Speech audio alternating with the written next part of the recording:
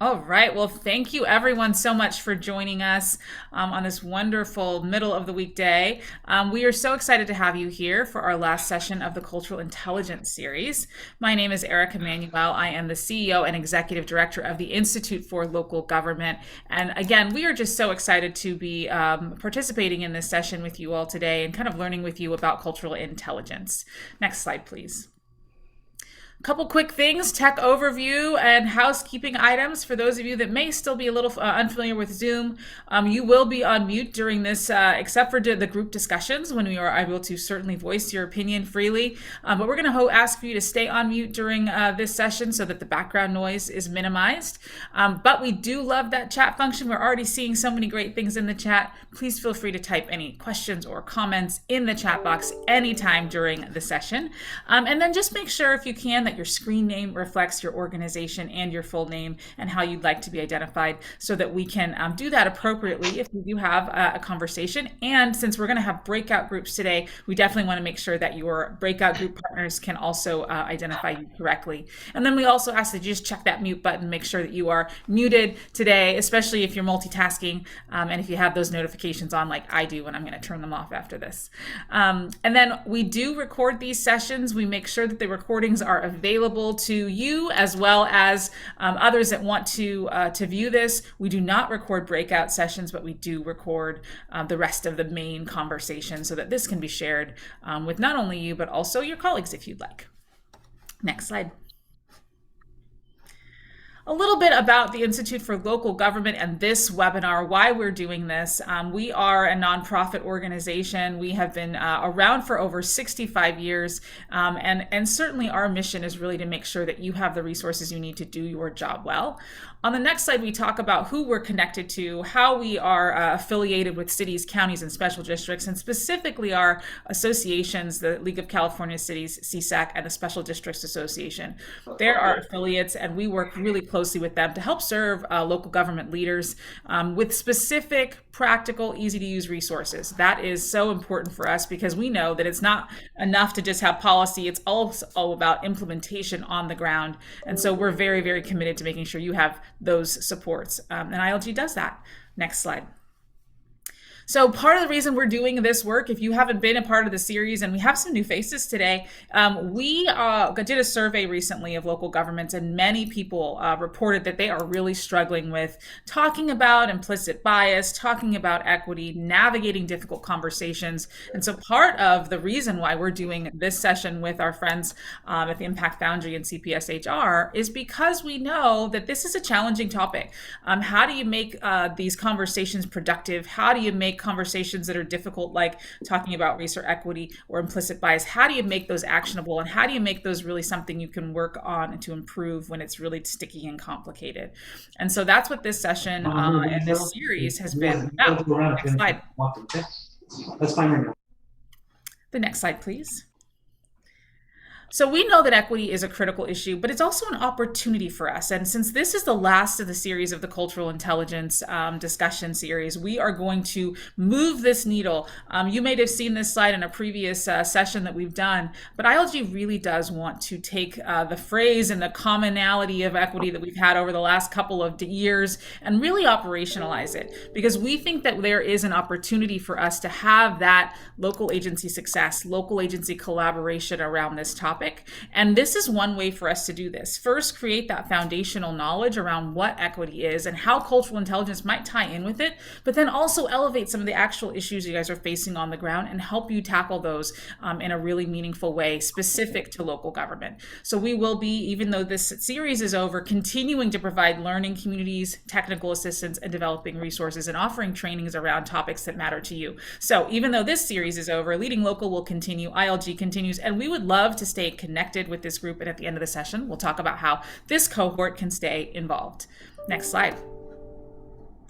So, we at the last webinar talked about managing conflict through the lens of equity, and some of you were in that session. But we have some new faces as well. And so, we are going to do a little bit of a recap, certainly. But we have been really, really engaged in three different topics around cultural intelligence, and this is the last one. And they're building on each other, but they're absolutely standalone too. And hopefully, you'll get enough insight from today, even just to kind of, if you weren't in the first three sessions, to still bring some nuggets of truth with you into your workplaces, into your local governments. Next slide. So I am always pleased to be joined by friend and colleague and our trainer today, Jacques Whitfield. He really needs no introduction, but you can see on the slide he's done a lot of things in his really, really long and illustrious career, and we're so excited to have him with us, joining us today, and being our leader and our instructor on this issue of cultural intelligence and how to manage those really difficult conversations. So with that, I will turn it over to my co-host, colleague, and the instructor for today, Jacques. Thank you so much, Erica. And good morning, good morning, good morning, everyone. It's a pleasure to see you all again. And like Erica said, we're just so excited to have you with us today. We get to go a little deeper in our fourth and final session that we're going to be having this morning.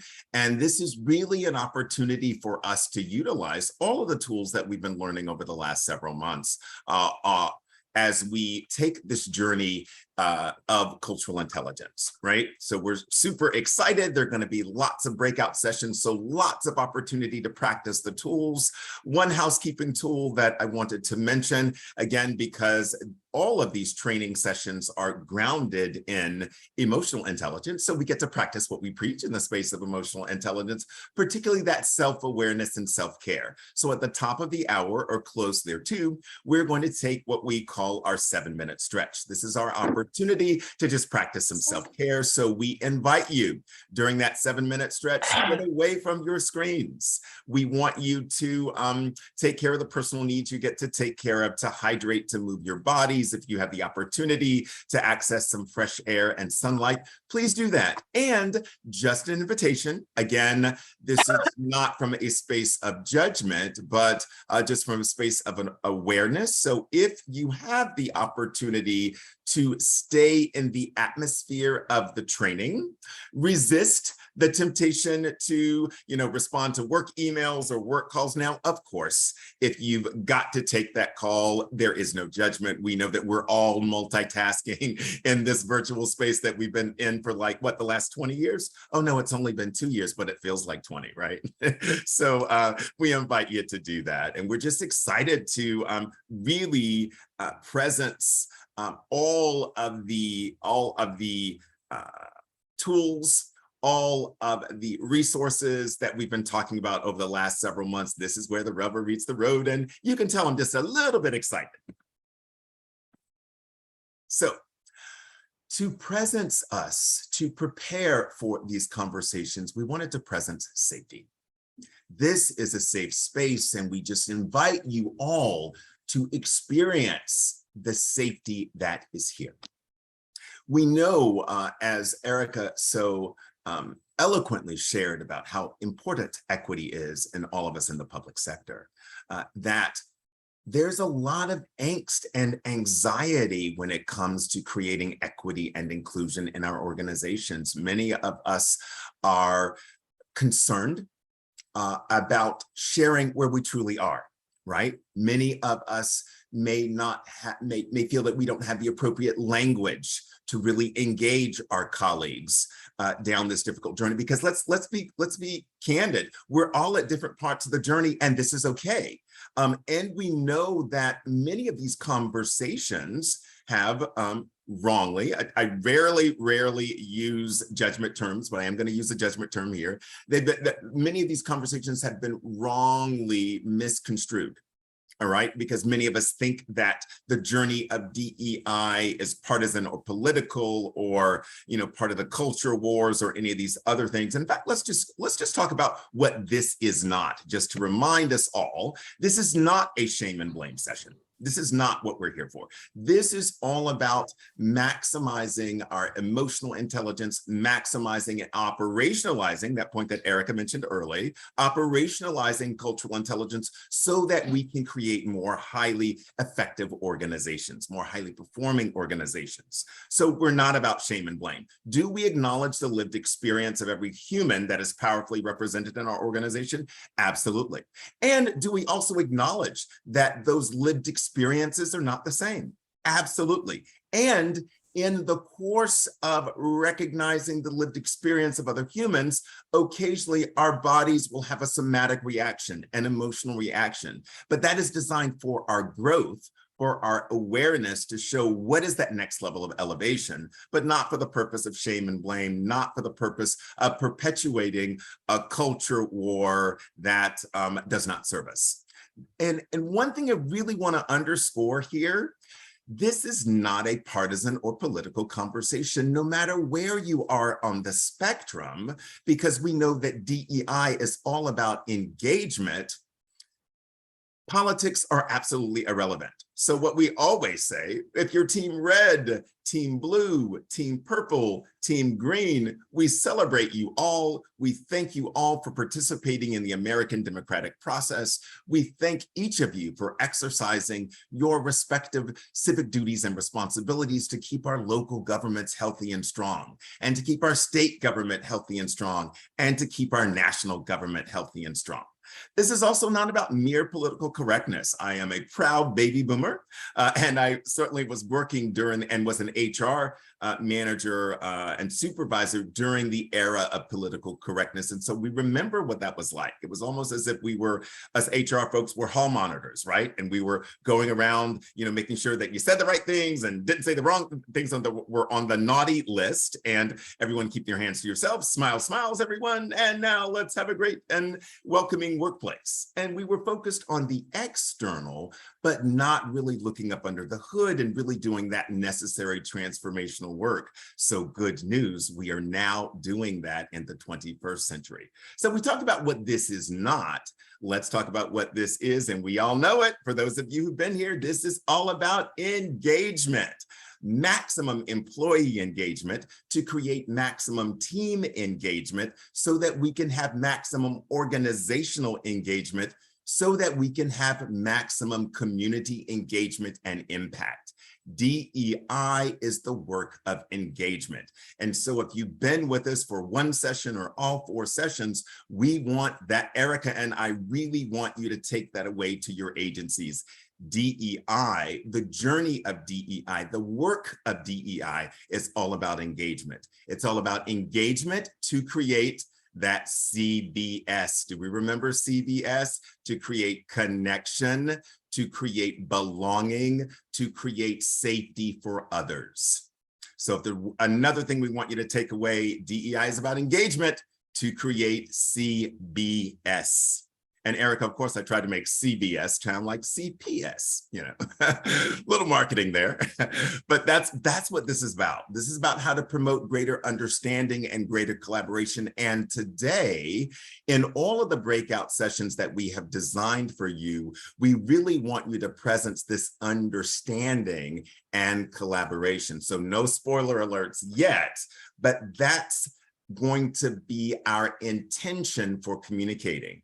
I've been in the government space I've been in the HR manager space for over 25 years. Most of that has been in the government public sector. Most of that has been with K-12 organizations, with higher education organizations, consulting with cities and counties, but in the government space. So we share that commonality. And I know that as a leader, for my own experience, I communicated a lot from an advocacy perspective.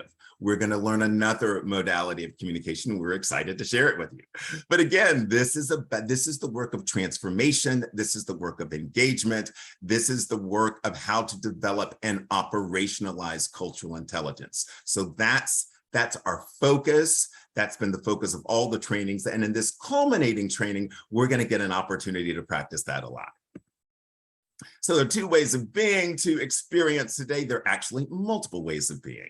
But the images that we have before you are showing a contrast of two different ways. We could be the ostrich. We could have our head buried in the sand. We could be comfortable, but very disconnected. We could be so focused on our personal safety that we are not focusing on that connection, that belonging, that sense of safety for others. Or we could be like the bald eagle, our national symbol. Now, we know that the eagle can fly higher than any bird species on the planet, right? We also know that the eagle has the uncanny ability to aerially navigate through all sorts of turbulence, wind, storms, and the eagle has the ability to overcome all of those obstacles. So what it has before it is a clear and unobstructed view of its horizon and destination. And so as we are contemplating, what's the optimum way of being to experience today's training? We say, take on the way of being as the eagle. Yes, there may be some bumps in the road when we're practicing some of these modalities.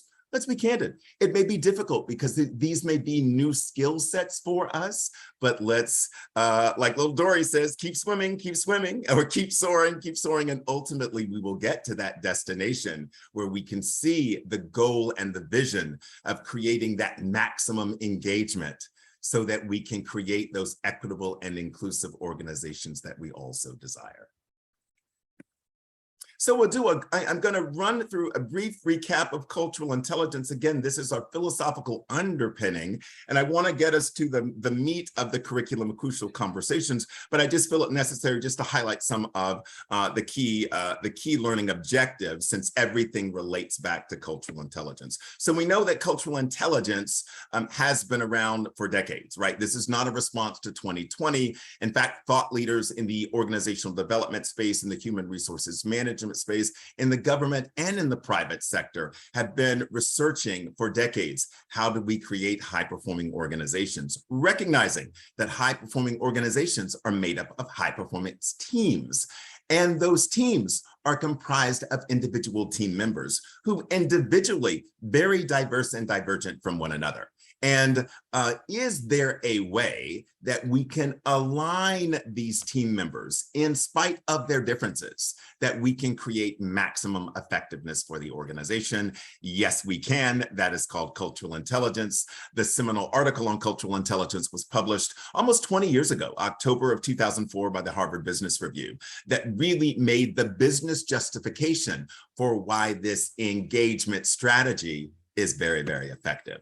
And so cultural intelligence, we know, is having the capacity to work with and relate to different groups of people across different cultures. And we know that that term culture, we're looking at through the anthropological lens, meaning people or humans. Again, this is an engagement strategy to connect with all humans, right? So cultural intelligence is, how does one group of humans effectively connect, communicate, and collaborate with another group of humans, whether they are similar to or dissimilar to those humans. And we learned that cultural intelligence articulates core competencies and skill sets that organizations have the ability to cultivate and develop among team members and among the leadership team through the staff development process, for the purpose of promoting greater equity, greater inclusion, greater diversity within those organizations. And many of you probably remember this slide that shows the origins, the genesis of cultural intelligence, and that's emotional intelligence. And you see that there are 5 pillars of emotional intelligence, and those same 5 pillars are powerfully represented in the cultural intelligence framework. So of the pillars, there's a couple that I want to point out that it's really going to be supportive for the exercises that we're going to do today in our Crucial Conversations training. So self-awareness, important, but this self-management piece, also called co-regulation in the emotional intelligence space, in the cultural intelligence framework, this is all about holding neutral space. This is all about underscoring the importance of suspending judgment. We know that we as humans, being a meaning-making species, are drenched in judgment. We are constantly judging ourselves And guess what, folks? We constantly judge other folks. So as we're moving into this crucial conversations framework, it's really going to be important that we presence both that cultural intelligence and emotional intelligence pillar and suspend judgment so that we can accurately assess and evaluate all the different options that lie before us. The other pillar that I really want to present, especially for today's conversation, is in the emotional intelligence framework, all about responsible decision-making, right? In the cultural intelligence framework, this is the concept of multiple perspectives and multiple worldviews. In the second hour, we're going to do an exercise relating to one of the key elements of crucial conversations, one of the key takeaways, and that's been called avoiding the sucker's choice. That many humans believe that we only have two choices, that they are bad and worse. So it's always where we're put in situations where we're avoiding the lesser of two evils.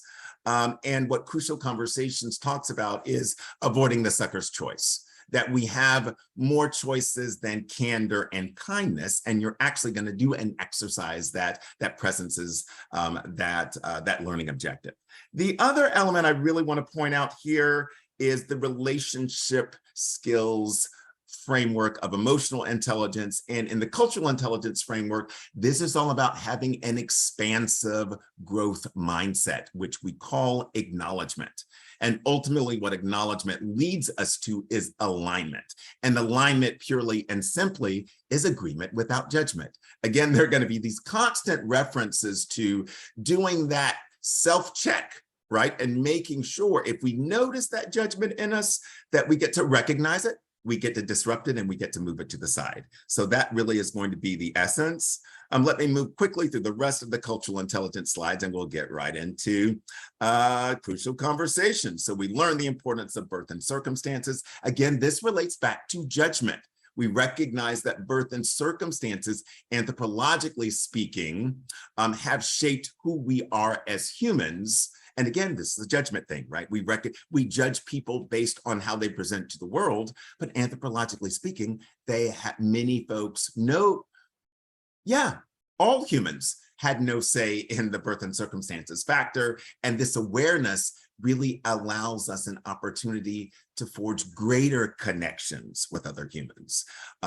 Acknowledgement versus agreement, we talked about this being the key learning objective in mastering cultural intelligence. And then all about having that growth mindset.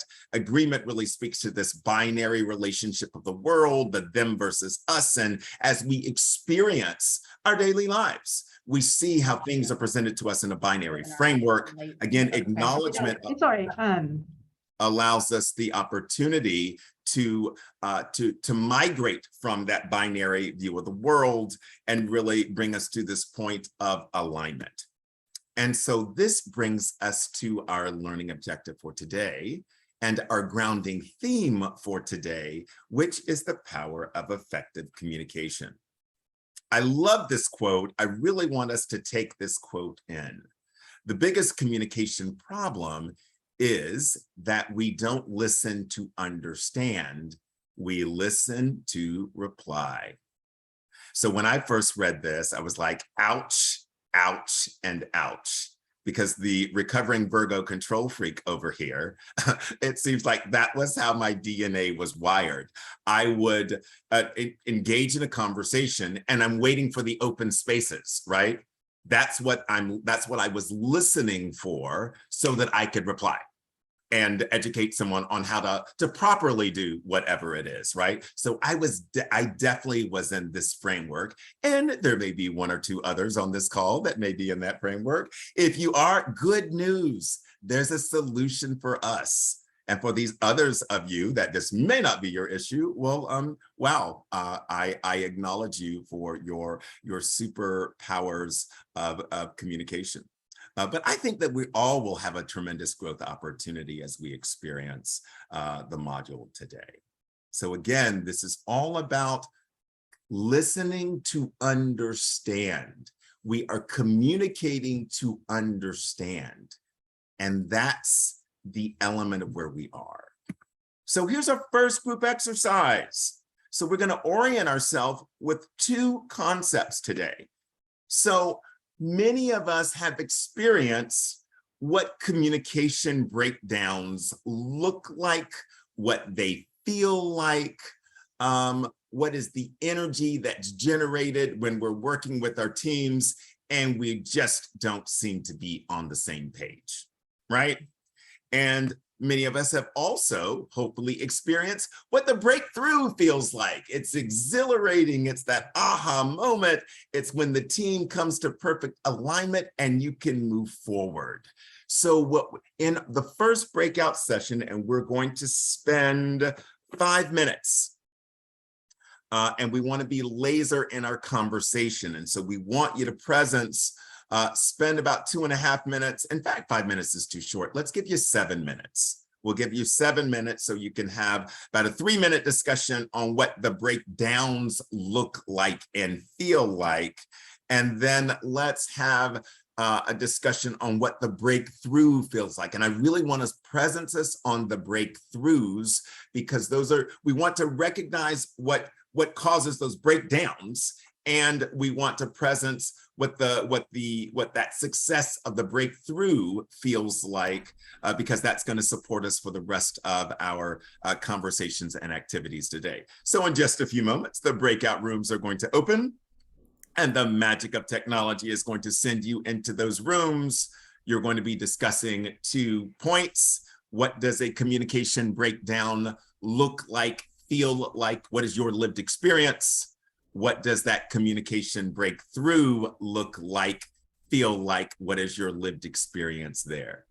And then know that since we haven't connected with each other yet, make sure you do a round robin, talk to each other, say who you are in the beginning. Just give a real quick name and organization, and then we'll jump into that breakdown and breakthrough discussion. Awesome. And then Nikita's working on our breakout groups. Let's make sure those are close. Let us know, Nikita, how we're doing on those. 4 to 5 people per group. Ready to go. Awesome. All right. We're excited to see what you create. Yeah, so it's 10:30. So we'll send you a notice we'll give you an update in the chat that shows you when to come back. But come back in about 7 minutes.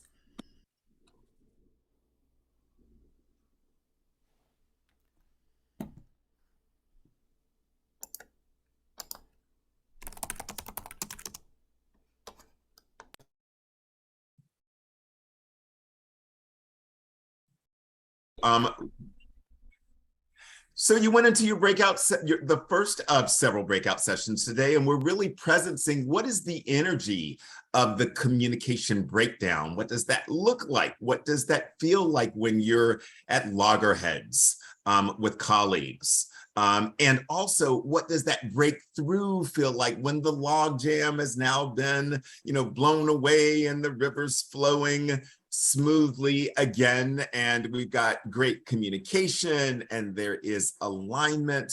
What does that look like? What does that feel like? Again, presencing our emotional intelligence tools of self-awareness and situational awareness, we really want to presence what both of the feelings, both of the experiences look like, so that we get to set our intentions on the breakthroughs. But there are no breakthroughs without breakdowns. So all of the processes serve us, but ultimately where we get to grow is in the space of breakthrough. So would love to take a couple shares from some of you. Had an opportunity just to kind of pop in and hear some conversations, and it sounds like you folks had some lively discussions. So did we have 1 or 2 shares? Please feel free to utilize the chat, or if you'd like to unmute yourself and just share what was the experience of having these discussions within your group. What were some of the key takeaways or key awarenesses that you folks had the ability to identify and share?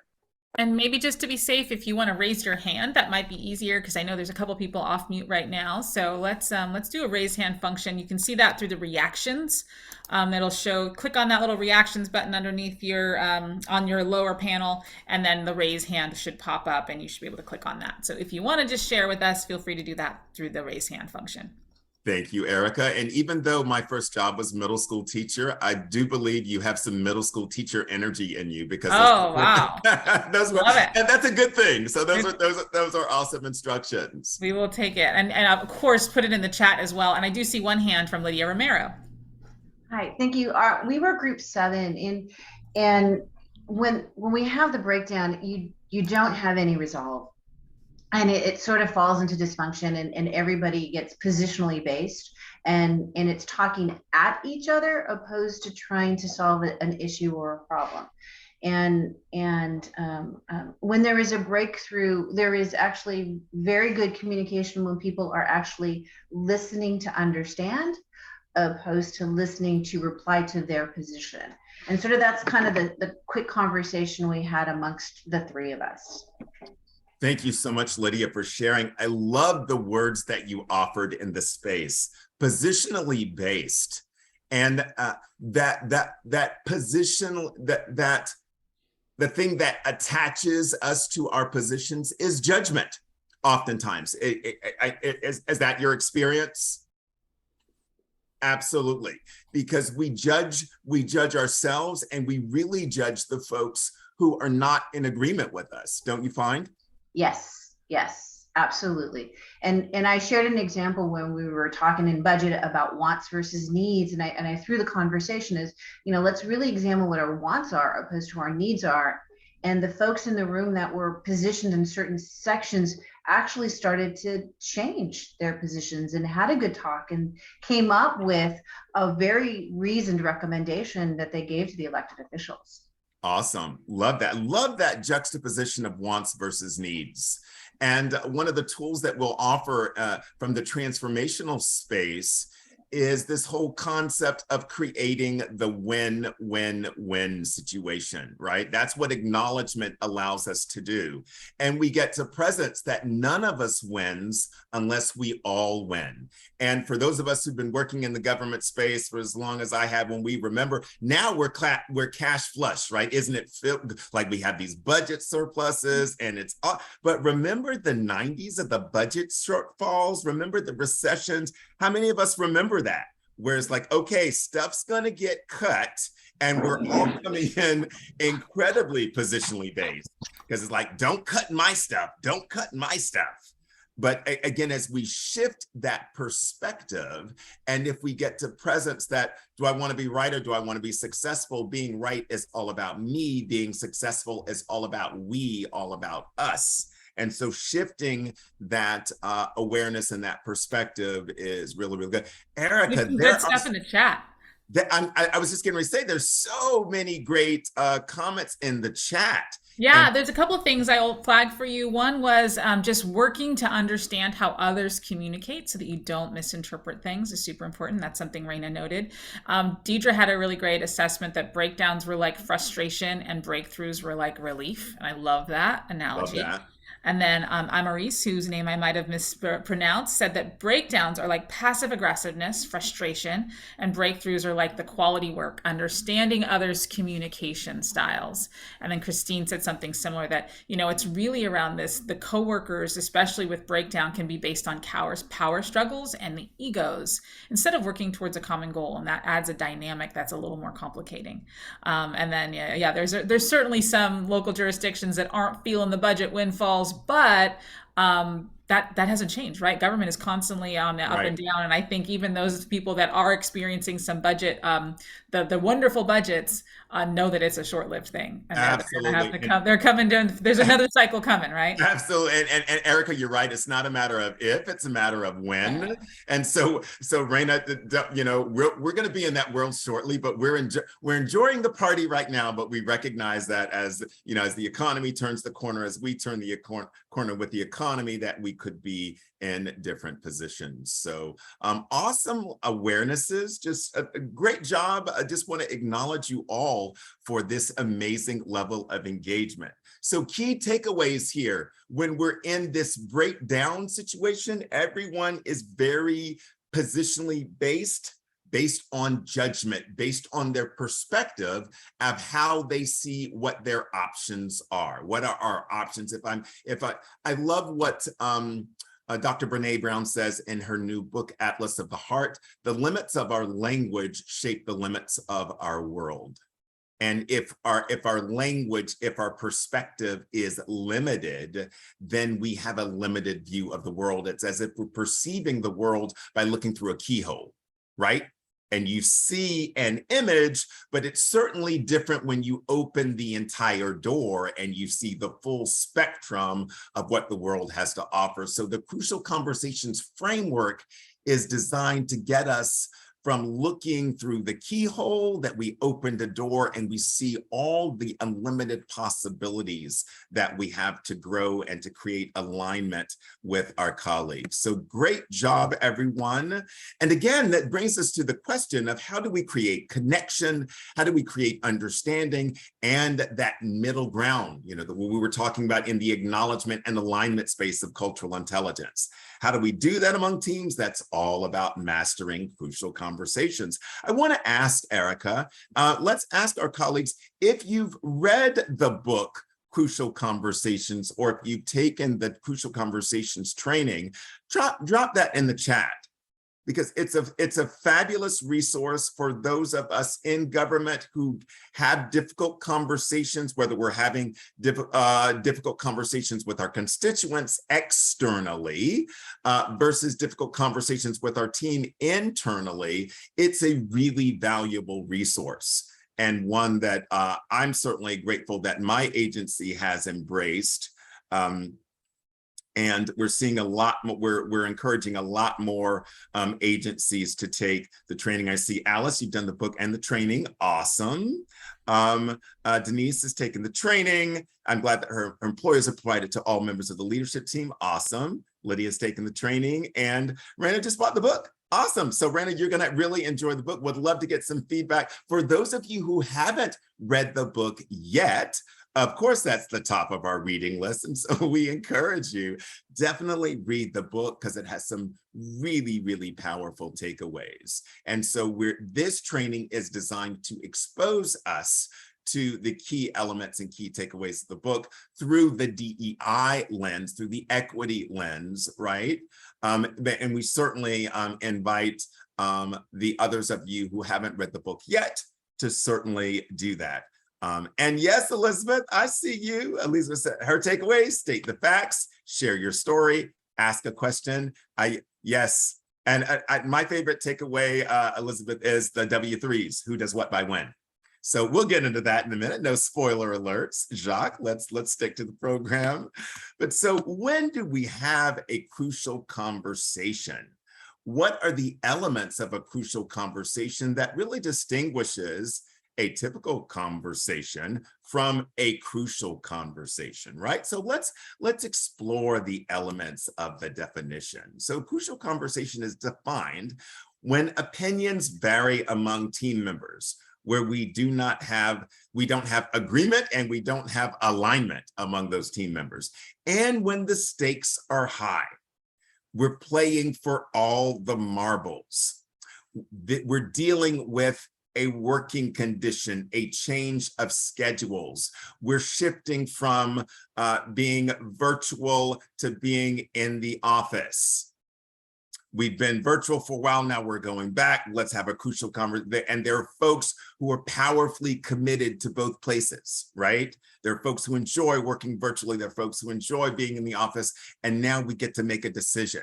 And when emotions are strong, they're not lightweight feelings. It's not just a casual, comme ci, comme ça. No, emotions are high. So that emotional intelligence framework of self-management, of co-regulation, that's when we're like the Warner Brothers cartoon, the Tasmanian Devil, right? Our emotions are really, or we feel them about to accelerate and we're gonna lose, we're having difficulty managing those emotions.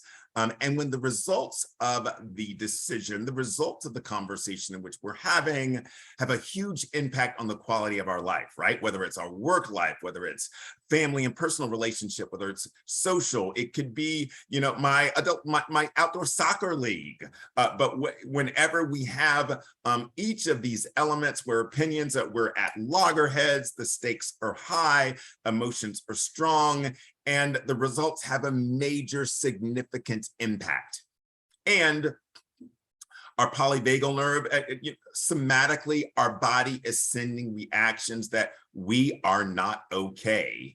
And that is indicative of the judgment. Again, we are positionally based. We're double down on our positions, and we're at the breakdown stage because we don't see a pathway forward. And how do we create that pathway to move forward? So the key skill of effective leaders and team members is the ability or capacity to skillfully address emotionally and politically risky issues through effective communication. Folks, this sounds like where we live every single day in the government space, especially with local governments, right? And we know that organizations that master crucial conversations are 5 times faster in recovering from economic turndowns. So again, presencing, we're in the feast period now, but we can see lean times ahead. Our ability to rebound depends on how effectively we utilize the crucial conversation strategies. Organizations that master crucial conversations are 2/3 greater likelihood from avoiding workplace injury as a result of unsafe conditions. And we also know that organizations that master crucial conversations are generally more profitable and manage to conserve more financial resources. Why? Because these organizations have recognized that it is important as an organizational value to have effective, transparent, assertive communication. And these organizations can have the difficult conversations and they only get stronger, right? When they have their breakdowns lead to breakthroughs, which makes the organization more effective, as opposed to having a breakdown, which leads to a further breakdown that we're now in organizational paralysis, right? So looking at the time, Erica, I think that this would be a good time because we've got an activity that's going to be coming up next. So I'm thinking that this would be a wonderful opportunity for our 7-minute stretch. What do we say? Sounds good. Yeah, we can absolutely do a 7-minute stretch. Have everybody come back at 11? Yes. Perfect. All right. We will do that. Come back when the music goes off. Okay, so folks, at this time, practice some self-care. We want you to move away from your screens. Let's contemplate what we've talked about already. And then when we get back, we're going to go deeper. So we'll see you all at 11 o'clock.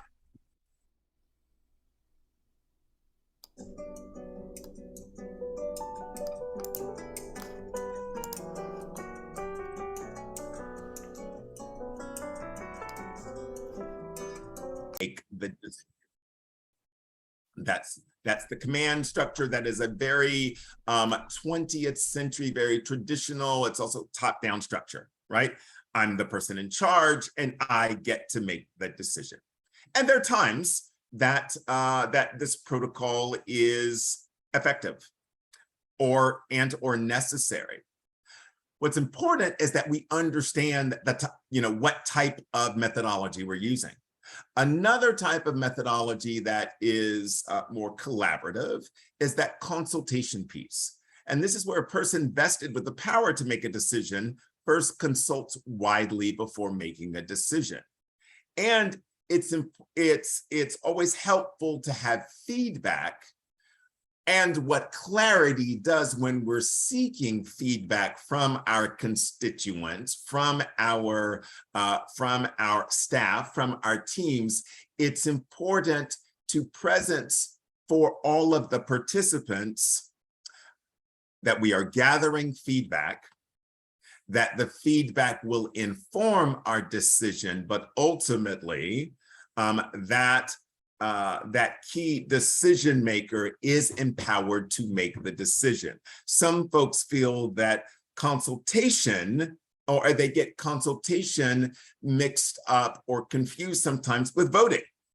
And the voting is for those of us who are cultured and grew up in the United States, that is the democratic process where for given whatever issue, whether it's majority, plurality, the most votes wins the day. And again, what clarity does, whenever we're in a situation where we get to make a decision and we can actually move to a vote of our teams, clarity lets people know, okay, I have a real stake in this matter. So not only is this consultative, but I am a part of that decision-making process, okay? Now, the nuanced version of that, and kind of a blend of the consultation and the voting, is this consensus. And that's where one seeks a position to which everyone can align. So for you word nerds, let's have some fun here, because alignment is not agreement. And for those of you who attended our foundational course, Foundations of Cultural Intelligence, we recognized, we understood, we learned that nuanced distinction, where consensus is, let's recognize that we have differences of opinion, that we have different worldviews. And in recognition of those differences, in recognition of those divergent worldviews, we're all setting them aside again, and we are divorcing ourselves of judgment, and we are aligning in recognition of those differences. So as we're moving into any type of decision, where we're having conversations and communication where there's going to be a decision, Crucial Conversations teaches us, develop clarity among your teams and inform the team what type of decision-making protocol we are utilizing. Again, clarity is kind, clarity creates focus, clarity also helps reduce or eliminate conflict.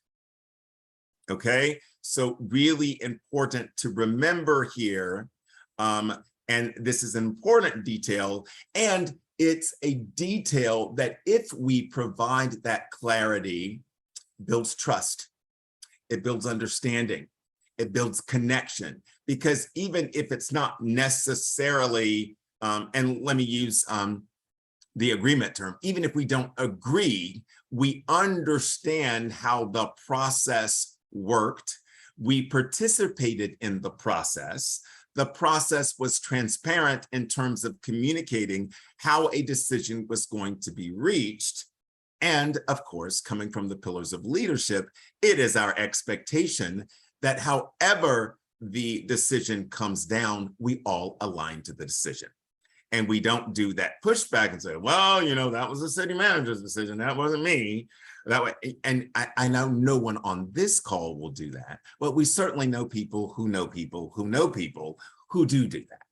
And again, that has a way of destabilizing a work environment and of creating a situation where there isn't trust.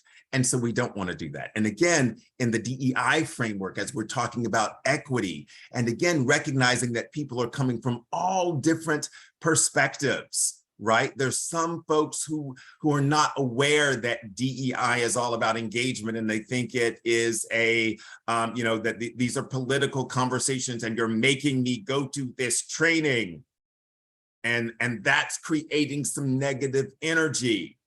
It's really important, super important, to create that clarity so that folks understand what we are doing and why we are doing it. And I like that term, Erica, the WIFM, what's in it for me, what's in it for us as an organization. So again, clarity gets to be our guiding point here. Here's the next, if you don't get anything from the training, we want you to get this. Crucial Conversations underscores the nuanced distinction between, am I communicating for advocacy? Again, I'm wearing my managerial, my supervisorial, my leadership mantle.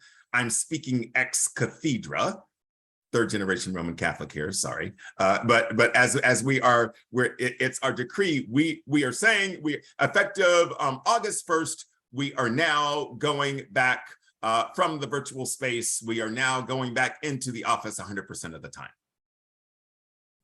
No questions asked, ex cathedra, over and done with. Or am I communicating for understanding? Am I saying, well, you know, we've been in the virtual space for a couple of years, and so now we want to hear from all of our stakeholders, what has been your experience? Advocacy conversations are very binary. There are two options, my way or the highway. Understanding conversations are more open-ended, right? Because understanding conversations, you recognize there, if we're meeting folks where they are, folks are coming from multiple perspectives and multiple worldviews. In the DEI space, multiple perspectives and multiple worldviews. So before I shift into this advocacy about thou shalt do X, Y, and Z, let me ask my constituents, let me ask our team, where are we? So the goal of effective communication is to connect, is to engage, is to understand the perspective of the other person. And so in the equity space, many of our organizations are moving into equity programs. They want to do more equity training, and again, to point out to Erica's comments initially at the outset of the training, we now want to begin to operationalize some of these equity concepts. And there may be some of our teams like, oh, wait, hold on, wait, what's going on? And that's feedback for us, again, without judgment. Have we clearly communicated through the lens of, let me educate why we're doing what we're doing? But even before that education piece, let me communicate and find out where my team is and where are we in the equity lens? How are we doing? And we want to hear from everyone and folks, especially the folks that are not aligned necessarily, that don't agree with us, who do have resistance, because we get to understand, you know, where we're coming from. And so here it's really important.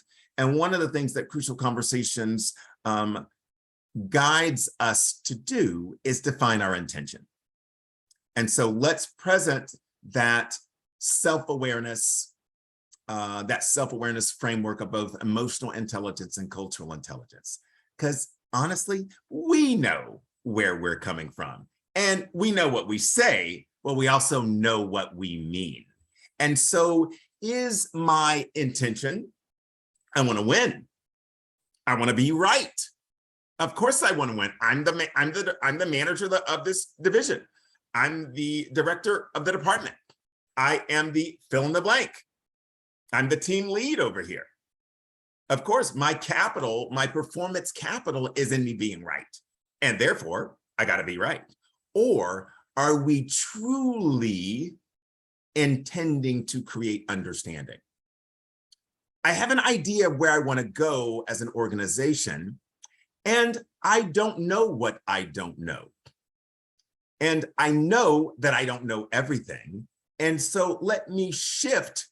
And my way of being now is about creating connection. It's about creating understanding. I really want to create resolution.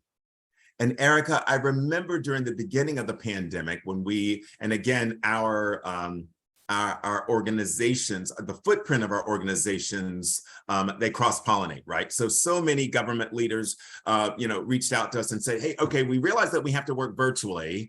And so now we need telecommute policies. Where before, just a couple months before the pandemic, folks were adamantly committed, we don't want to do telecommuting, but now all of a sudden it is a health and safety imperative, and now we're in the space. And folks have been in the space for quite some time, and now as, at least before this month, numbers were consistently going down, and there were conversations about status quo ante, let's go back to the way things used to be. And we're just going to do it because that's the way we've always done it. But not really, because when we had to do things differently, we did. So a communication for advocacy conversation is that effective August 1st, we're now going back to the office 100% of the time. A conversation from the perspective of understanding is recognizing we've been in the virtual space for 2 years. the numbers are going down, and the health and safety considerations that we had over the last 2 years, we've been able to manage. And so now that we're looking at shifting back, now let's have a conversation about what is our pathway forward. Now, going back to the previous framework, we can state with clarity what the decision-making framework is going to be. And recognizing that, let's say it's consultation, right? Because that's a good one. We're taking feedback, but ultimately it's the decision maker, whether that's city manager, county exec, department director. And so having that conversation from a standpoint of understanding is a different energy, right? And so we really want to hit home here, because this is one of the key takeaways of shifting our way of being. That's why we've been focused on all of this mindset work, because before we can move into the heart set work and the body set work, we've got to expand our awareness. And we get to be honest with ourselves, folks, because we know where we really are, right? And if we want to build connection, belonging, safety for others, it's critically important that we assertively communicate that in a in a way that's transparent. We want to be very transparent in our processes to build trust, to build confidence, to build safety in the process. And I know, Erica, and you and I were communicating that many of our partners are challenged by this dilemma, right? We're communicating for advocacy, communicating for understanding. So we wanted to have some group discussion here and really unpack this concept. And we're not going to send you into breakout sessions, but we would like to facilitate some open dialogue here about do we, as we're articulating this concept of advocacy versus understanding, somatically and intellectually, emotionally, can we feel this energy shift about what is it like to communicate? And for those of us who are parents and we tell our kids, do as I say, not as I do, that's an example of advocacy communication, right? As opposed to, truly holding space and having conversations about there are multiple options and multiple ways in which we can proceed. What is our best pathway forward given the circumstances and situation in which we find ourselves? So would love to take some feedback from some of you, either in the chat or as Erica instructed earlier, to raise your emoji hand and share. Do you sense this nuanced but very powerful distinction about communicating for advocacy in your managerial role or in your leadership role versus communicating for understanding, and how, especially in an equity space, it is absolutely necessary that we communicate from understanding, simply because we're at so many parts of the journey, and this is an engagement strategy, and we get to engage with everyone, including the folks who are not bought in yet. Yeah, Raina actually has her hand up, and she's got a really great comment in the chat I hope she'll reflect on as well. Raina, please share. Thank you. And yes, I was going to reflect on that. And I learned this very much the hard way, particularly when you're the boss. There's, boss words have power, right? Like they just do. And I learned this, it's like I'll be having a conversation with someone, and, along the continuum of, this is an idea, this is a thought, a belief, a value, a something, all the way up to this is a decision. And if you don't clarify where you are on that continuum, which is a lot like you're saying, the decision-making styles or strategies and communicating for understanding, I may be thinking we're having a dialogue and I'm getting to understand kind of what's happening, et cetera. And somebody says, well, she's the boss, so if she says this, it must be direction and I'm going to go do it. And I had an employee who, like, we were just talking about something, and the next thing I know, she implemented, and I was like, what are you doing? She's like, well, you said blah, blah, blah. And it was like, God, time out. That was not what that was. And So I've found it's really, really important to make sure that there's space to have that dialogue so people understand that they can, as opposed to just looking at you saying, you're the boss, you're going to make the decision, done, right? Or you're the person in or relative power, whatever that might be. So, that's how I've sort of translated those terms that you've used in my own work. And I can't tell you how important it is, because when people assume things about what they hear, then you get into trouble. Absolutely. Raina, so I love your words. I love the words that you put into the space. And boss words do have power, right? And I even, when I was a director at my last job, and again, I was in academia, so the more letters you have behind your name, you just add, that's a multiplier by how people will move quickly on your words. And I remember, Raina and colleagues specifically, meeting with my team, and I say, so this is just a suggestion, and now I want you to pick it apart. And then I want you to unpack this and tell me what are all the challenges, what are all the opportunities, but really, again, creating that clarity, right? Because if we are not clear and we are not, again, using that emotional intelligence, that self-awareness to understand that our boss words do have power, right, Erica? And you had alluded to this earlier. Absolutely. In terms of how we navigate that space. But also how you create a culture within your organization. So I think, Raina, you're a city manager, it looks like, and so you've got a different role, certainly as a leader in your organization. You can set the tone and you can create that space for people to share.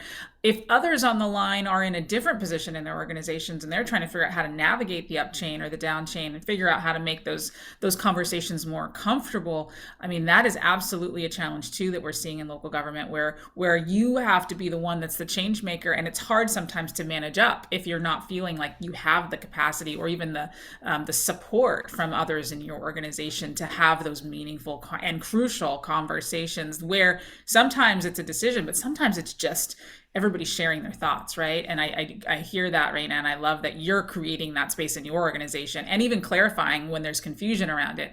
And I know some of you others may not even have the capacity to do that, or even given the green light to do that.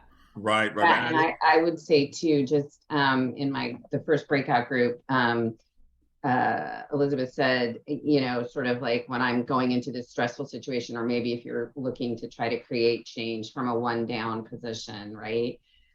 Is remembering that, it's like, hello, human being. And so, the other thing I try to say is bosses are people too. Like, we're just people, right? So,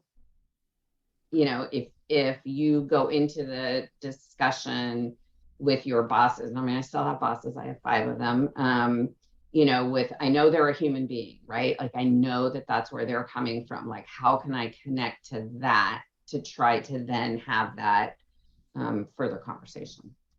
Love it. Love that. And I also love, Erica, I love what Deidre put into the chat, that communicating for understanding seems critical to get buy-in. And you and I have talked about this so many times, that in the equity space, especially as many of us, and let's be candid, many of us in the government space, although we've been focused on EEO, we've been focused on fairness for many, many years, equity is now a higher level conversation. And because, again, people are at all parts of the landscape, that it is absolutely critical that we learn how to communicate for understanding, so that we don't alienate, so that we don't lose folks, so that we really educate, and we are articulating our strategic imperative for why we are embracing these equity concepts. And so that's why, and Eric, I know you and I have talked about this again many, many times, the success of an organization's DEI strategy, I believe, is directly related to how effectively that organization can operationalize and incorporate many of these crucial conversation tool sets. Absolutely. And I also have found that this kind of framework that we're going through and that we're going to continue to go through works outside of the space of traditional equity dialogue, right? It also works in the space of just having really hard conversations with people and getting Absolutely. to connect with them on other topics, whether they connect in that equity language or not. Absolutely. Absolutely. I know we've got another activity coming up. So here are the 7 steps of the crucial conversations. And you're going to have an exercise coming up in just a couple minutes. So what I'm going to invite us all to do is to take a screenshot with our mobile device of the 7 steps, so that once we move into the exercise, you can have your own little quick reference guide about how we get to move through the steps. So again, the steps are first and foremost starting with heart. We know courage, and again, for those of you who've read any of Brené Brown's writings, she talks a lot about courageous leadership. We know that the term courage literally means, it's Latin from Old French, literally means leading from the heart. And that we know that out of the heart flow the issues of life. There have been, so whatever our spiritual practices, there's always this reference back to the heart, the core of what we're doing. In fact, the term core is from Latin and Old French, cœur, meaning heart. So the importance of staying in dialogue. We're gonna focus on just the facts, nothing but the facts, not the story that you told yourself, not your imaginations, but again, let's use our, again, going back to emotional intelligence, my self-awareness and my situational awareness tools and framework. What are the facts? It's so important, no matter what type of conversations we have, and I've learned this the hard way as an HR professional.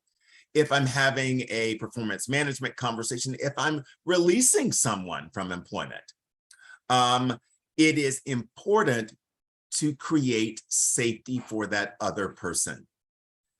If I am focused on building the organizational values of trust and equity, I get to treat everyone, regardless of their performance, regardless of who they are, regardless of how they show up, everyone gets treated with the same level of respect and kindness and decency.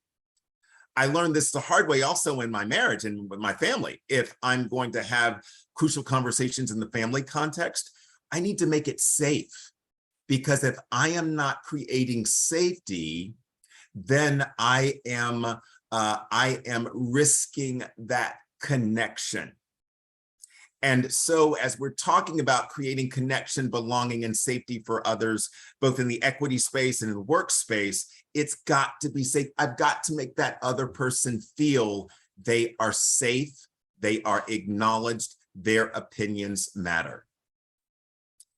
I'm also not going to get moved by my emotions. Let's go to that second pillar of emotional intelligence, that self-management, that co-regulation. I've got to find effective strategies to manage my emotions. The most powerful tool that we have is breath. So I get to utilize my breath to regulate my body so that I can stay focused on the factual and intellectual issues and not get moved by the emotion of the situation. Then it's important, and I would say, starting with heart and agreeing on a mutual purpose, I would say that would be steps 1 and 1A. But again, once we agree, if our purpose is on resolution, then I'm not going to bring up facts that pull me away from resolution. I'm not going to tell a story that's going to disrupt that resolution building process. That's so important. And again, most of these life hard lessons I learned in my personal life that I was able to apply in my professional life. Again, let's separate facts from story. So again, we stay in dialogue, we continue to stay in dialogue, and we focus on the facts. Now, it may be helpful as we're talking through a situation to say out loud, I realize that ABC are the facts, but the story I told myself was that we were doing this for XYZ reasons. I now understand that it was ABC. And so whatever tools that we get to utilize to separate that fact from story would be effective to support this process, and then agree on a clear action plan. Once we've reached that resolution, Crucial Conversations has and full disclosure, CPSHR is a Crucial Conversations organization. And so we're utilizing a lot of the protocols. One of the protocols that we always utilize is the W3s. Once we have a clear action plan, we culminate it with who does what by when, which are the W3s. So this is the framework that we get to use when we're in that Crucial Conversations dialogue. So again, let's turn each Crucial Conversations into a course of action that leads to better outcomes. These are the W3s that I was just presencing, who does what by when, and then we've got our action plan. This is the model of Crucial Conversations. Again, we want our goal, our target is to get that pool of shared meaning. I'm so excited that you folks are going to receive a copy of the slides because we want you to save this with the rest of your training and development materials. There's some fabulous resources in here that we get to use when the situation arises. And we know it's not a matter of if, it is when. So we're coming up on our next exercise. One other thing before we move into the exercise, here's some effective listening and responding strategies. So folks, Crucial Conversations it necessitates us to be active listeners, right? So active listeners, what do? We're focused on that end goal. That's about staying in dialogue. And in that co-regulation self-management framework of emotional intelligence, let's refuse to play the game. We know, because we've been human all our lives and we recognize human conduct, but human conduct that is effective and human conduct that is not effective. And so we know that when folks are trying to kind of pull our chain a little bit, right? And merely being aware that a game is in play means that you are less likely to get caught by it. And that leads us to our third point, which is going to be the subject of our exercise, avoiding the sucker's choice. This goes back to our foundations of cultural intelligence, where many humans believe that the world is binary. I've got two options, candor or kindness. It's the worst of two evils. So I got to hold my nose and I've got to pick the one that hurts me the least. Mythbuster, mythbuster, mythbuster. This is a universe of abundance. There are multiple options. There are multiple choices. And we get to use the Crucial Conversations framework to seek the middle ground. And that brings us to our final group activity, which is the candor versus kindness exercise. So here we have Jane and we have Felicia. So Jane is the general manager of the Alpha Agency. Jane is a career public servant who's been with the agency for 30 years. Also, Jane is the first female general manager of Alpha Agency. Alpha Agency is allowing managers the discretion in allowing their support teams to work virtually up to 50% of the work week, as long as the work sites can demonstrate that productivity will not be adversely impacted. Felicia has been with Alpha for 2 years, and Felicia is a manager in Alpha. Felicia has a strong desire to work virtually 50% of the time, but she believed Jane wants to have the staff at the work site 100% of the time. And Jane has asked for feedback, consultative feedback from each manager. So in the decision-making framework here is consultation. Jane is the general manager. Felicia is one of her managers who reports to Jane. And Jane has asked for feedback from Felicia about the workflow, virtual versus all in the office. So using the Crucial Conversations framework, which all of you had captured with your mobile phones, how should Felicia respond? And we invite you to be creative. What additional facts would be helpful to support Felicia? And Erica, you also had an interesting twist on this. And how should Jane respond? So we want you to talk about how should Felicia respond? And then let's have some dialogue about how Jane should respond. So again, just to clarify on this one, Jacques, so Felicia is the staff member and she is supposed to communicate to Jane. Correct. Who is the manager who is asked for feedback, and they have to use the framework to figure out kind of how to use that if Felicia is responding on behalf of her staff. Is that correct? That is absolutely correct. On behalf of her staff. Okay. Correct. So Jane has asked for feedback from her direct reports. Felicia's one of her direct reports. Felicia has gotten her feedback, and now she's going to have a conversation with Jane about what she feels would be optimum for her and her team. And actually, Felicia, is she only responding on behalf of herself? Because it says that she's got a strong desire to work virtually 50% of the time. So it's maybe more about her preferences right now. Yeah. Okay, that's it. That might be easier. So it's Yes. Felicia's personal preferences, and she's talking to Jane, and then Jane's responding. Right. But one other thing I want to underscore, and thank you for doing this, Erica. Note that it says that Felicia believes that Jane wants to have the staff at the site 100% of the time.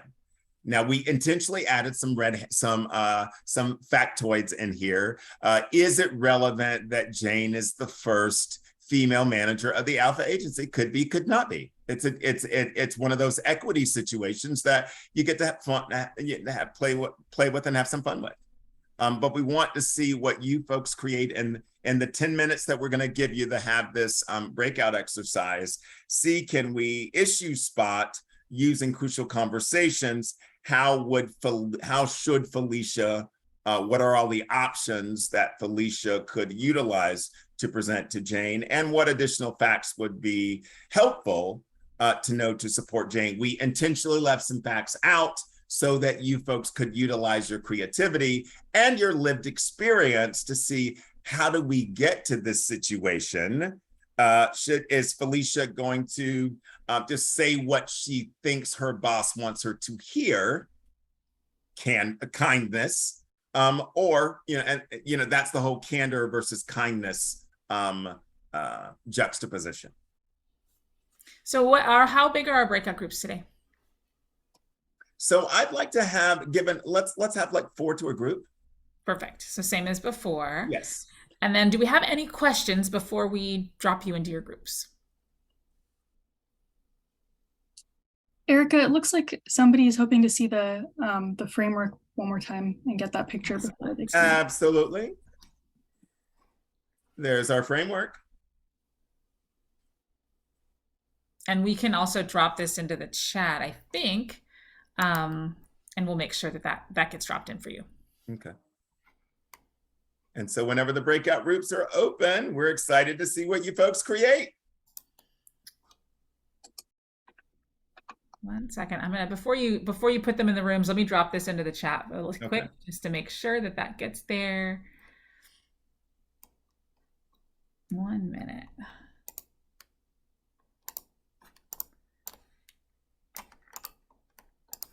Perfect.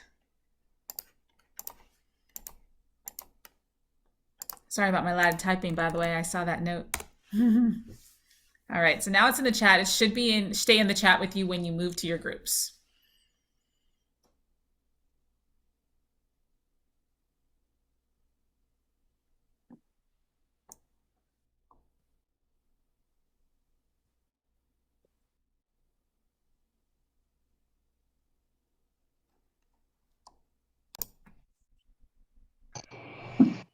So we're talking about candor versus kindness in the crucial conversations framework.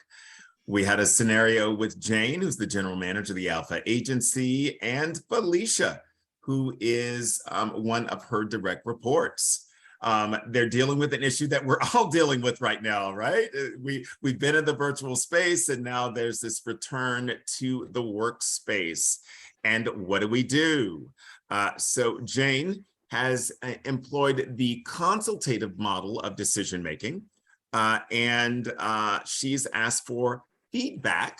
Again, Jane gets to make the final decision. She's asked for consultative feedback from from Felicia. And the question was, how should Felicia respond? and what additional facts would be helpful to know to support Felicia. So would love to take a couple shares from some of you about how you experience this exercise. We had an opportunity to pop into some of the dialogue. And so would love for you to bring that out into the general space and to see what were your awarenesses, what were your discoveries and your experience of how you navigated this exercise. Andrea's hand shot right up. She is ready. I love it. I'll say that we've really talked about how to start this meeting between Felicia and Jane. And I think we felt that that Felicia needed clarity on what Jane was looking for in terms of feedback. And Jane could also ask Felicia, how could I make this more clear?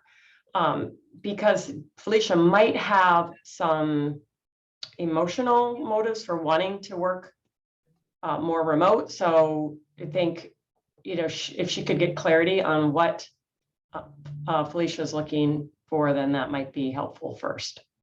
Awesome. Love that. And we know that clarity is kind, Andrea. So thank you for sharing.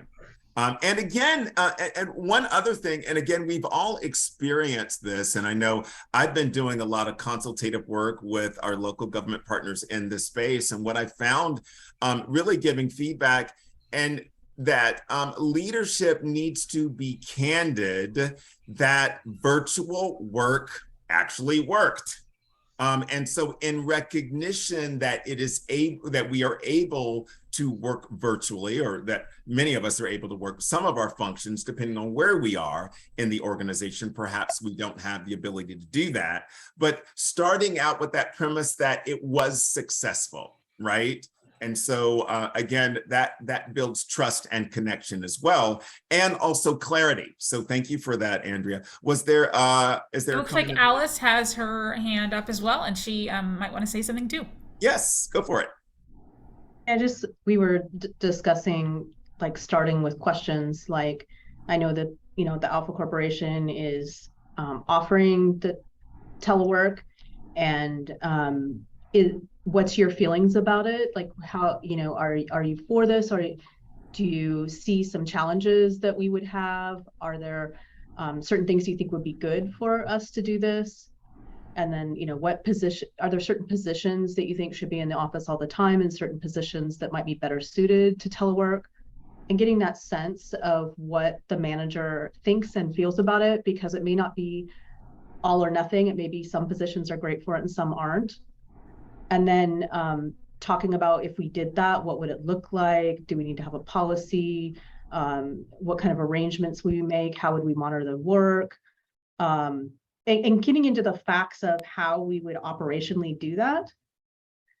And that keeps it focused on purpose. Like, we're trying to make it better for the organization and for our employees, and retention and flexibility, and keeping it focused on those kinds of things. And maybe even piloting it where, maybe we're not going to go straight to 50. We're going to start with a day a week and kind of monitor and see how that goes and make adjustments as we need to.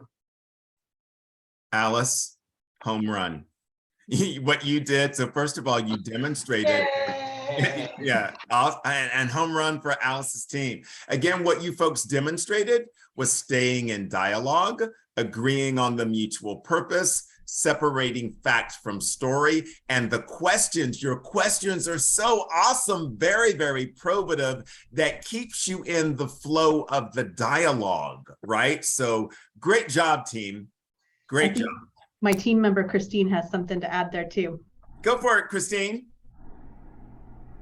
What have you got to add? Oh, okay, sorry. So, there was a lot of assumptions you could go with this scenario. So one of the things I thought of being of the more mature manager, age, is that Jane may have a different philosophy just because she has been with the company for 30 years, which to me, from a woman's perspective, means that she's had to compete with men for positions.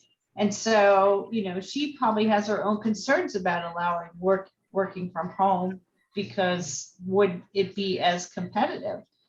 And then also I thought that Felicia needed to really keep her emotional side of wanting to work from home, not allowing that to enter the conversation, and perhaps surveying the workers to see what they wanted to do and what they were willing to do. And, not everybody wants to work at home, and presenting actual facts as opposed to, personal opinions.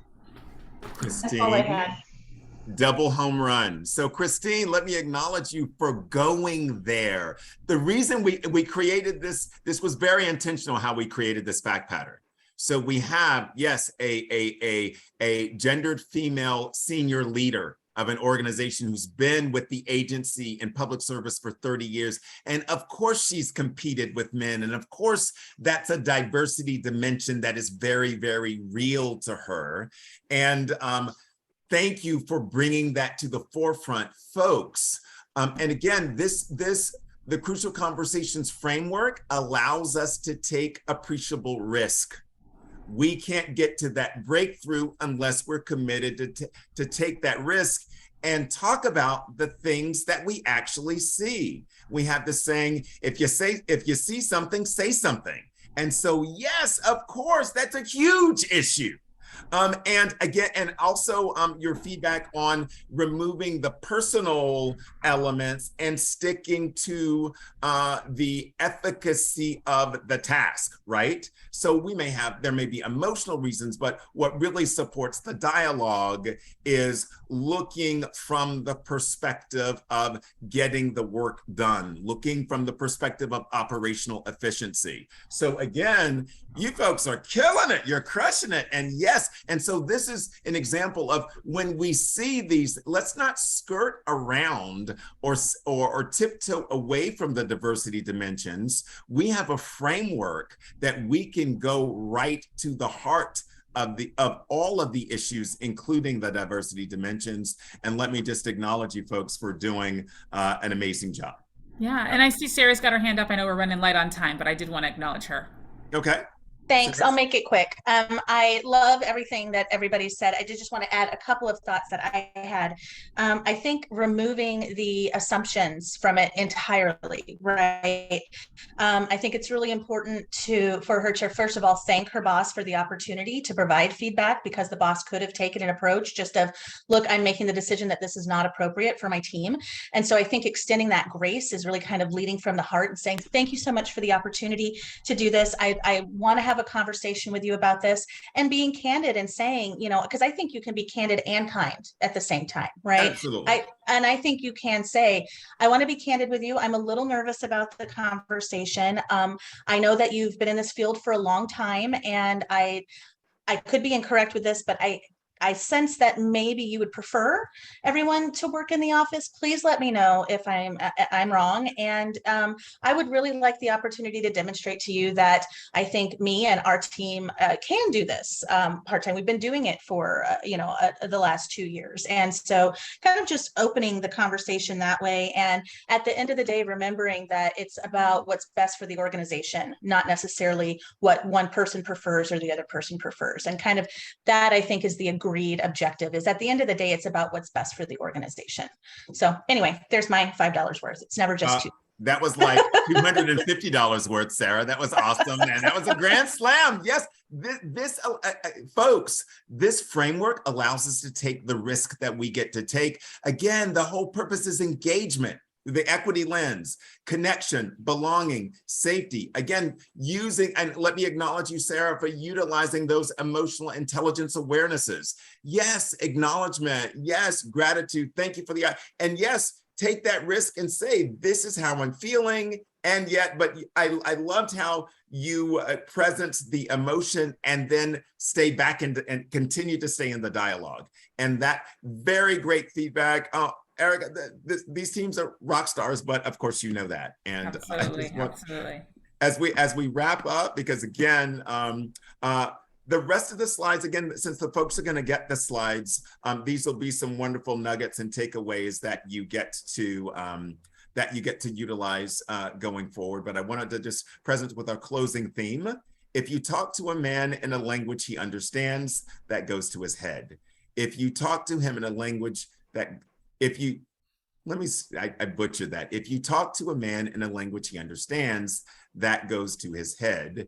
If you talk to him in his language, that goes to his heart. So again, about creating that alignment, utilizing all of our emotional intelligence tools to really make those true, authentic connections so that we get to move organizations forward. We do have a reading list for you. And again, the Crucial Conversations book, obviously, Who Moved My Cheese, all about change management, Leadership by John Maxwell, Growth Mindset by Dr. Carol Dweck, The 5-Second Rule by Mel Robbins, and Humanocracy, How to Create Human-Centric Organizations. I love that book by Gary Hamel and Michelle Zanini. And I will turn it back over to you, Erica. Yes, thank you so much, Jacques, and thank you all for the time. We're going to speed through this closing just to make sure you get out on time. If you enjoyed parts of this where we were in breakout groups, we have a 2-hour workshop around this conversation with another group called Braver Angels, which is really about the political conversations you might have externally and even internally in your organizations. That is in a couple of weeks. Register now. It is a very heavy workshop, 2 hours of practicing the skills, and it's free as well. We would love to have you join us for that, and it's open for registration now. Just check our website. Next slide talks a little bit about other webinar recordings you might find useful. We were just notified, though, that some of the slides from our previous CQ sessions aren't online. We'll make sure those get up there. All the slides and the recordings are supposed to be on our website, so you can go and download those and share those with your colleagues. We want this to spread across the city and across the states and across the counties and special districts. So please do share, share, share. Next slide. And if you're not a part of our network, we hope you'll join this. That's where you'll find all of the information about ILG and the things that we're offering. And we certainly want to make sure that you know some of the things that are coming, especially as a follow-up to cultural intelligence and as a follow-up to our equity dialogue. Connected to this and not in our slide deck, we're actually hosting a public engagement training, which ties really closely to those communication skills with your constituents and certainly with even with your teams. So if you're interested in that, check our website. That's happening in actually it's next week. So last chance to get in if you haven't registered yet. Next slide. We do want you to stay connected to our equity resources, and certainly this cultural intelligence series has been a part of that. You have already, by registering today, been added to an email list for attendees. It's not going to be something we spam you on, but we want to continue this dialogue. We want to make sure you have additional resources, and as we come up with additional content, we would love to keep in touch with you and share some of that with you and get info about what you might want to do. And so please do know that we already have your email if you've already registered, and we might send you some occasional notes, and we'll get this group back together again to have some more conversation about the issues you're dealing with in your local agency. Next slide. Just want to thank our partners. We are funded by a number of groups that help us do these webinars and programs for free. The Endowment is a phenomenal partner of us. Impact Foundry was a partner, and CPSHR has lent us Jacques, and we love that. Next slide. Please do contact us with any questions you have. We are available and want to help your agencies, and certainly want you to take this message and make it sure it resonates not only with you, but with your colleagues. We would welcome the opportunity to talk more about this. And then we're going to have the recording available probably by next week. So you should be able to see all of this on the website within a couple of days. It's a 2-hour recording, so it takes a little while to buffer, but it will be online very, very soon. And we just want to thank you for joining us. If this is your first session, welcome, and we're so happy to have had you. If this was your last session of the 4 and you were with us the whole time, thanks again for your participation. We do love working with you, and we've loved this series. And Jacques, thank you so much for being such an amazing co-host, facilitator, and trainer on this. And thank you, Erica, and thank you to all of you for joining us. We hope to see you again soon. Absolutely. Thanks all.